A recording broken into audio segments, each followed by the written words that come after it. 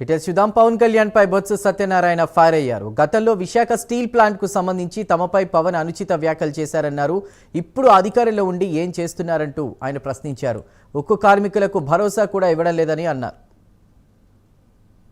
మాట్లాడతారు కనీసం వెళ్ళి ఇది మా బాధ్యత, ఈ రాష్ట్ర ప్రధానికి మాటిస్తున్నాం, ఈ రాష్ట్ర ప్రధానికి చెప్తున్నాం, విశాఖ ప్రజలుగా మీ అందరూ ఆందోళన చెందవద్దు, ఇది మా తాలూకు బాధ్యత.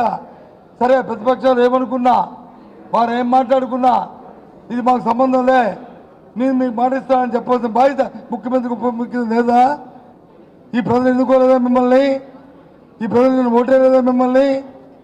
ఆ రోజే చెప్పారు మా నాయకుడు గాజువాకలో ఆ రోజు ఎన్నికల సభకు వచ్చినప్పుడు.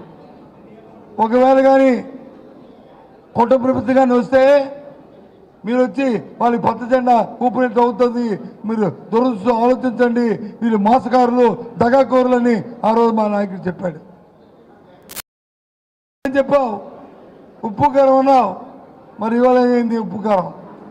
ఎవరికి పంపిస్తావు వీళ్ళు ఉప్పు కారం? ఎవరికి తినిపిస్తావు ఉప్పు కారం? ఏమైంది మీ పౌరుషం?